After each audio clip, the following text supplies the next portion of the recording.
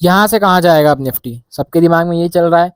और कितना ऊपर जा सकता है, और गिरेगा तो कितना गिरेगा, बैंक निफ्टी कहाँ जाएगा, mid cap Nifty, finance Nifty, इस सब के बारे में अपन इस वीडियो के अंदर चर्चा करेंगे, डिस्कशन करेंगे डेली टाइम फ्रेम पे और आर्ली टाइम फ्रेम पे, मतलब 1 घंटे के चार्ट पे, 2 घंटे के चार्ट पे, और फिर उसके बाद में हम लोग इसको देखेंगे 15 मिनट के चार्ट पे। ठीक है, तो एक बार फिर से स्वागत है आपका मनी मेकर्स के अंदर। गाइस, ये मेरा चैनल है, अगर आपने अभी तक इसको सब्सक्राइब नहीं करा तो चैनल को सब्सक्राइब करें। आपको डेली इसके ऊपर Nifty, bank Nifty, stocks, commodity और फॉरेक्स को लेके वीडियोस मिलेंगे आप आने वाले समय में। ठीक है, चलो तो देखते हैं आगे। फिलहाल जो मैंने सुबह वीडियो बताई थी उसके अंदर मैंने बताया था कि बाजार अभी बुलिश है, बट हाँ, बुलिश का मतलब ये नहीं है कि आपको डेली यहाँ पे जो है वो बहुत ज्यादा अपसाइड देखने को मिले, या फिर बाजार के अंदर सभी स्टॉक्स खूब सारे, मतलब खूब सभी स्टॉक्स एक साथ बहुत ज्यादा क्या करे, परफॉर्म करे, ऐसा नहीं होगा। मार्केट ने एक बहुत बड़ा ब्रेकआउट दे के रखा हुआ है, नो डाउट दिया हुआ है ब्रेकआउट, बट इसका मतलब ये नहीं है कि बाजार के अंदर हम लोगों को डेली बहुत ज्यादा अच्छा अपट्रेंड देखने को मिले। सबसे इंपॉर्टेंट बात आपको एक ध्यान रखनी है कि 26 तारीख को, मतलब परसों के दिन, मंथली एक्सपायरी होने वाली है, और उस दिन यूएस बाजार के अंदर डेटा भी आने वाला है। उस दिन फेड पावेल की स्पीच भी है, और उस दिन जीडीपी का डेटा भी आने वाला है, और फिर 27 तारीख को भी डेटा आने वाला है वहां पे, प्रोडक्शन का डेटा, मतलब वो एक तरीके का इन्फ्लेशन ही होता है। मतलब वो ये बताता है कि भैया पिछले महीने कितने चीजों का क्या हुआ है, वहां पे प्रोडक्शन हुआ है। मतलब यूएस बाजार के अंदर इंपॉर्टेंट डेटा क्या है, आने वाला है। इसलिए हो सकता है परसों के दिन हमारी मार्केट, या उसके बाद 27 तारीख को हमारी मार्केट, मतलब कि गुरुवार और शुक्रवार, इन 2 दिनों में मेरे हिसाब से, जहां तक शुक्रवार को हो सकता है बाजार के अंदर हमको एक प्रॉफिट बुकिंग देखने को मिले। ठीक, बट ओवरऑल ट्रेंड जो बाजार का है वो क्या है, बुलिश है, बिकॉज बाजार एक ब्रेकआउट देके बैठा हुआ है, निफ्टी भी ब्रेकआउट देके रखा हुआ है, और बैंक निफ्टी ने भी क्या करके रखा हुआ है दोस्तों, हमें ब्रेकआउट देके रखा हुआ है। ठीक है, बैंक निफ्टी ने भी हमको ब्रेकआउट देके रखा हुआ है, बहुत शानदार वीकली टाइम फ्रेम पे क्या दिया हुआ है, ब्रेकआउट दिया हुआ है। अब वो तो क्या है कि कुछ बैंक्स अभी बिल्कुल भी परफॉर्म नहीं कर रहे। आईसीआईसीआई बैंक के अंदर प्रॉफिट बुकिंग देखने को मिल रही है, और देखो आरएसआई पे अगर हम देखें तो बाजार जो है वो ओवर सोल्ड है। आरएसआई एक ऐसा इंडिकेटर होता है, रिलेटिव स्ट्रेंथ इंडेक्स जिसको हम बोलते हैं, जो कि हमें ये बताता है कि मार्केट कब ओवरबॉट है और मार्केट कब जो है वो ओवर सोल्ड है। ओवरबॉट ओवरसोल्ड का मतलब ये होता है कि ओवरबॉट का मतलब कुछ ज्यादा ही खरीद ली गई है, और ओवरसोल्ड का मतलब ये होता है कि कुछ ज्यादा ही बिकवाली आ गई, बहुत ज्यादा ही क्या कर दिया गया, बेच दिया गया है। आरएसआई उसका जो एक बहुत अच्छा इंडिकेटर होता है ना। तो अभी डेली टाइम फ्रेम के ऊपर अगर देखें तो आरएसआई जो है वो 75 के आसपास चल रहा है, जो कि थोड़ा सा ओवरबॉट माना जाता है। वैसे अगर 80 के ऊपर जाए तो बहुत ज्यादा ओवरबॉट माना जाता है, बट अभी 75 के आसपास तक आए तो ऐसी कोई बहुत ज्यादा ओवरबॉट सिचुएशन नहीं है। मैं अगर वीकली टाइम फ्रेम का चार्ट लगाऊं तो आप देख सकते हैं यहाँ पे कि यहाँ पे वीकली टाइम फ्रेम के ऊपर कहीं से कहीं तक अभी ओवरबॉट नहीं है। साथ ही साथ अगर हम देखें तो यहाँ पे एक बहुत अच्छा हमें क्या देखने को मिल रहा है, ब्रेकआउट देखने को मिल रहा है।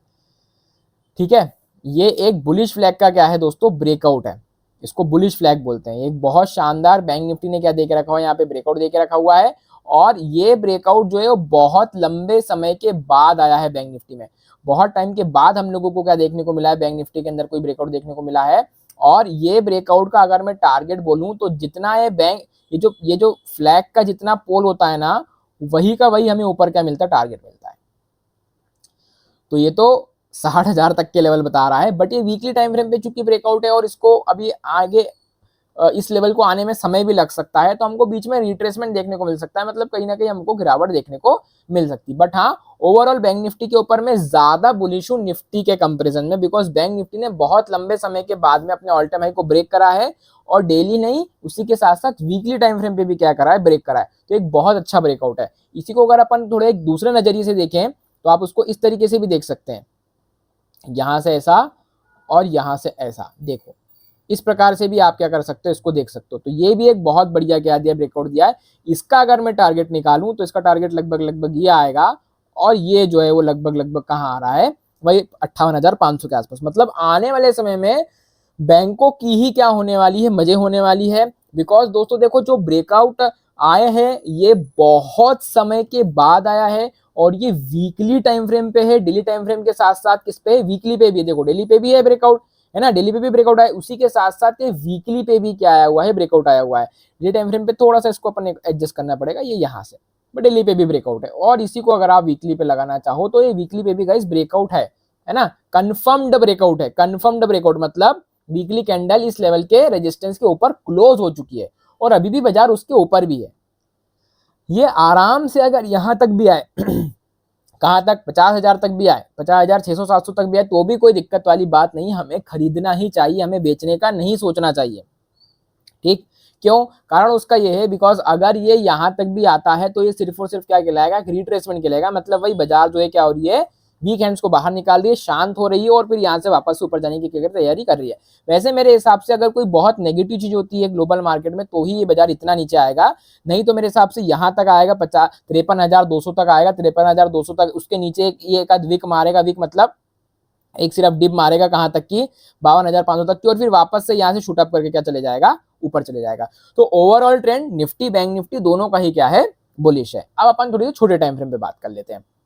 छोटे टाइम फ्रेम पे अगर अपन देखें तो 1 घंटे के चार्ट पे अगर हम लोग देखें तो 1 आवर के टाइम फ्रेम पे अगर हम देखें तो निफ्टी के अंदर क्या है, बैंक निफ्टी के अंदर क्या है, थोड़ा सा नेगेटिव हमें क्या दिख रहा है, वो दिख रहा है, चार्ट दिख रहा है। आरएसआई भी जो है वो 80 के आसपास चली गई थी, मतलब ओवरबॉट हो गई थी। और यहाँ पर भी अगर हम देखें तो हमें क्या दिख रहा है, थोड़ा सा नेगेटिव ही क्या दिख रहा है, चार्ट के अंदर कैंडल स्टिक्स दिख रही है। तो अगर ये यहाँ से गिरता भी है और अगर हमको करेक्शन देखने को मिलता भी है, क्योंकि ऑल टाइम हाई के ऊपर ट्रेड कर रहा है, तो यहाँ पे हम लोगों को सीधे गिरावट अगर आई तो कहां तक देखने को मिलेगी, यहाँ तक देखने को मिलेगी, मतलब लगभग 53,360 तक की।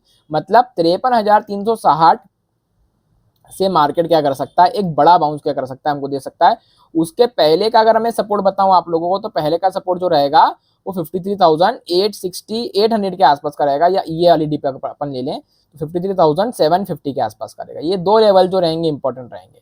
ठीक है, कौन से लेवल, एक 53,750 का, और उसके बाद में फिर अगर गिरी तो फिर सीधे आ सकती कहां पे, 53,350 पे। ये दो लेवल पे आप लोगों को क्या कर लेना चाहिए, कॉल बाय करने का सोचना चाहिए। अगर इसको 15 मिनट के चार्ट पे कंटिन्यू करें तो देखो इस तरीके से दिख रहा है। अभी कोई भी मेरे को ब्रेक डाउन देखने को नहीं मिला है, मतलब अभी मार्केट जो है वो टूटी नहीं है, कोई इंपॉर्टेंट सपोर्ट उसने ब्रेक नहीं करा है। अगर हम यहाँ से देखें तो कोई अभी इसने इंपॉर्टेंट सपोर्ट ब्रेक नहीं करा। अगर इस लेवल के कल नीचे ओपन होता है तो सीधे हमको देखने को मिल जाएगा क्या, देखो अगर ये लेवल के नीचे ओपन होता है कल तो हमको सीधे देखने को क्या मिल जाएगा, ये लेवल की अगर नीचे ओपन होगा तो सीधे हमें देखने को क्या मिलेगा, फिर 53,750 मतलब 53,750 देखने को मिलेगा। यहाँ पे अगर कुछ समय के लिए बाजार ने क्या करा, टाइम पास करा, तो यहाँ से वापस से क्या कर सकता है, ऊपर की ओर जा सकता है। बट अगर और वीकनेस रही और जो है सेलर्स का क्या रहा, प्रेशर रहा, तो फिर ये लेवल अगर ब्रेक हुआ तो फिर हमें सीधे क्या देखने को मिलेगा, 53,350 का लेवल। मेरे हिसाब से ये लेवल से, या तो ये लेवल से और या फिर ये लेवल से बाजार ने क्या करना चाहिए, बाउंस डेफिनेटली करना चाहिए। ठीक है, बिकॉज ये अगर ट्रेंड लाइन सपोर्ट अपना, ये जो वर्टिकल ट्रेंड लाइन सपोर्ट अगर इसको ब्रेक कर दो तो फिर वो यहीं पे हॉरिजॉन्टल सपोर्ट पे क्या लेगा, बाउंस करेगा। यहाँ से मोस्ट लाइकली इसने बाउंस करना चाहिए। तो बैंक निफ्टी के लिए कल देखने वाले लेवल्स कौन से होंगे, अगर 53,000 तक, जैसे क्योंकि कल बैंक निफ्टी की मंथली एक्सपायरी भी है, ध्यान रखना, तो अगर 53,750 तक आया या 53,350 तक आया तो मैं पुट लेना नहीं, मैं कॉल लेना पसंद करूंगा। कारण उसका यह है कि यहां से हमें एक क्या देखने को मिल सकता है, शूटअप या फिर एक बाउंस देखने को हमको मिल सकता है। मैं पुट नहीं लूंगा। अगर बाजार कल सुबह से ही क्या रही, चौपी रही, एक साइडवेज रही, रेंज में रही, तो भी मैं कॉल लेने ही पसंद करूंगा, बिकॉज ऊपर की तरफ शूटअप मिल सकता है। ठीक है, मैं पुट लेना पसंद नहीं करूंगा। कारण उसका यह है कि अभी ओवरऑल सेंटिमेंट बाजार का जो है वो क्या है, बुलिश है। ठीक, हाँ अगर शुरू से ही ऐसा रहा कि एक बड़ा क्या आ गया, गैप अप आ गया, जिसके चांसेस मेरे को कम लग रहे हैं, है ना, अगर कोई एक बड़ी गैप अप आ गई, अगर इधर कहीं 54,300-400 के आसपास, तो फिर हो सकता है प्रॉफिट बुकिंग देखने को मिले, तब पुट लेने का सोच सकते हैं। बट हाँ अभी ओवरऑल सेंटीमेंट बाजार का चूंकि बुलिश है, देखो ये भी एक ट्रायंगल बन रहा है यहाँ पे, है ना, तो ओवरऑल सेंटीमेंट मार्केट का अगर अभी बुलिश है, तो अगर यहाँ से कहीं नीचे आता है और 53,750 आता है, फिर 53,350 के आसपास आता है, तो इन लेवल के आसपास में कॉल बाय करके स्कैल्पिंग करने की सोचूंगा। कुछ एकदम दूर की ओटीएम कॉल बाय करके स्कैल्पिंग करने के लिए सोच सकते हैं अपन। ठीक, ये इंट्राडे पर्पस से हो गया। निफ्टी के अंदर परसों एक्सपायरी है, तो जो बड़ा मूव है बेसिकली हम लोगों को परसों देखने को मिल सकता है।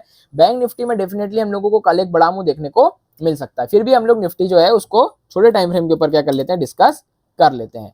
अगर बैंक निफ्टी मूव करा तो डेफिनेटली फिन निफ्टी के अंदर, मतलब फाइनेंस निफ्टी के अंदर भी मूव आएगा ही आएगा, बहुत कुछ चांसेस है ना। बैंक निफ्टी के अंदर मूव आएगा तो फाइनेंशियल स्टॉक्स मूव करेंगे ही करेंगे, और अगर फाइनेंशियल स्टॉक्स मूव करते हैं तो उसका इंपैक्ट जो है वो आपका फाइनेंस निफ्टी के ऊपर भी पड़ेगा ही पड़ेगा। इसको हम लोग अभी 1 घंटे के टाइम फ्रेम पे देखें अगर, तो ओवरबॉट ही चल रही है हल्की सी आरएसआई पे मार्केट, बट हाँ एक रेंज में चल रहा है। कोई बड़ा अपने को यहाँ पे देखो एक रेंज में चल रहा है, इधर से अगर अपन इसे देखें, है ना, और ये एक वेज भी बना रहा है अभी यहाँ पे। तो अगर ये इस लेवल के नीचे तक आया या इस लेवल तक आया तो मैं खरीदने का सोच सकता हूँ।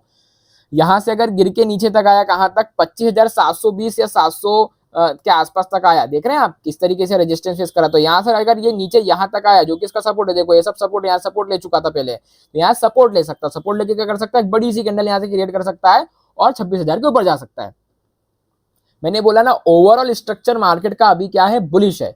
तो आप उसको हायर लेवल पे बेचने का मत सोचो, उसको लोअर लेवल पे खरीदने का सोचो। तो अगर वो आपको 1 घंटे के चार्ट पे, इसी को अपन 15 मिनट पे लगा लेते हैं, देखो 15 मिनट के चार्ट पे भी आपको वही की वही चीज देखने को मिलेगी। देखो कैसे इस तरीके से स्वेज के अंदर क्या है, बाजार प्राइस जो है वो कंटिन्यूसली चले आ रही है, ठीक है। तो अगर ये यहाँ से नीचे आता है और नीचे आके कहीं मुझे ये 25,700 के आसपास तक मिलता है, मतलब 250 पॉइंट की इसके अंदर फॉल देखने को मिलती है। वैसे मुश्किल है देखना, अगर ये वाला लेवल ब्रेक हुआ 25,700 25,800 के आसपास का, तो डेफिनेटली हमको देखने को मिलेगा। अगर ये ब्रेक होता है और इस लेवल के आसपास कहीं मार्केट आती, परसों एक्सपायरी के दिन या इवन कल भी आती, तो हम हीरो जीरो इसके अंदर कर सकते हैं।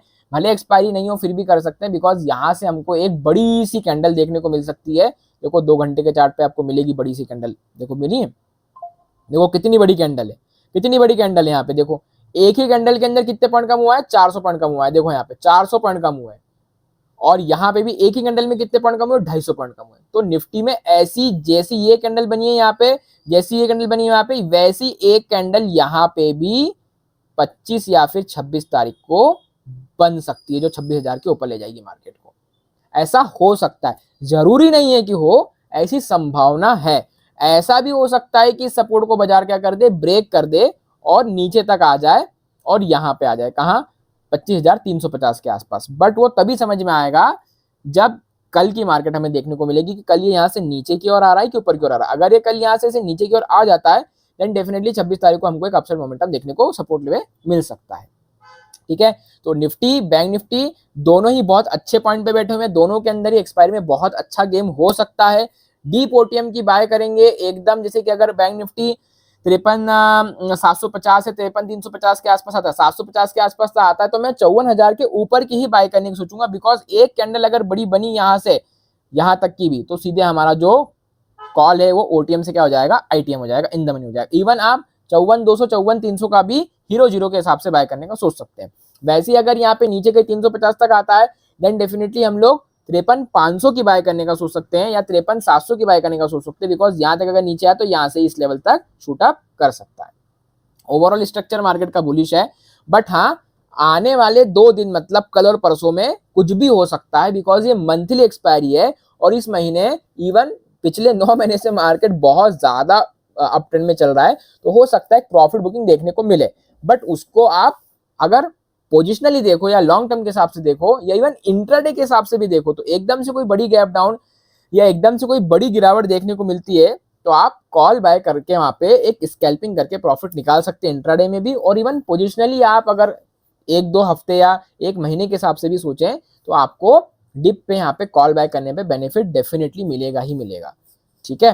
वीडियो अच्छा लगा हो तो लाइक करना, शेयर करना। अगर आपने अभी तक सब्सक्राइब नहीं करा है चैनल को, सब्सक्राइब करें। और कोई आपकी क्वेरी हो तो आप कमेंट सेक्शन में उसको मेंशन करो, मैं उसके ऊपर वीडियो बनाऊंगा, ठीक। बाय।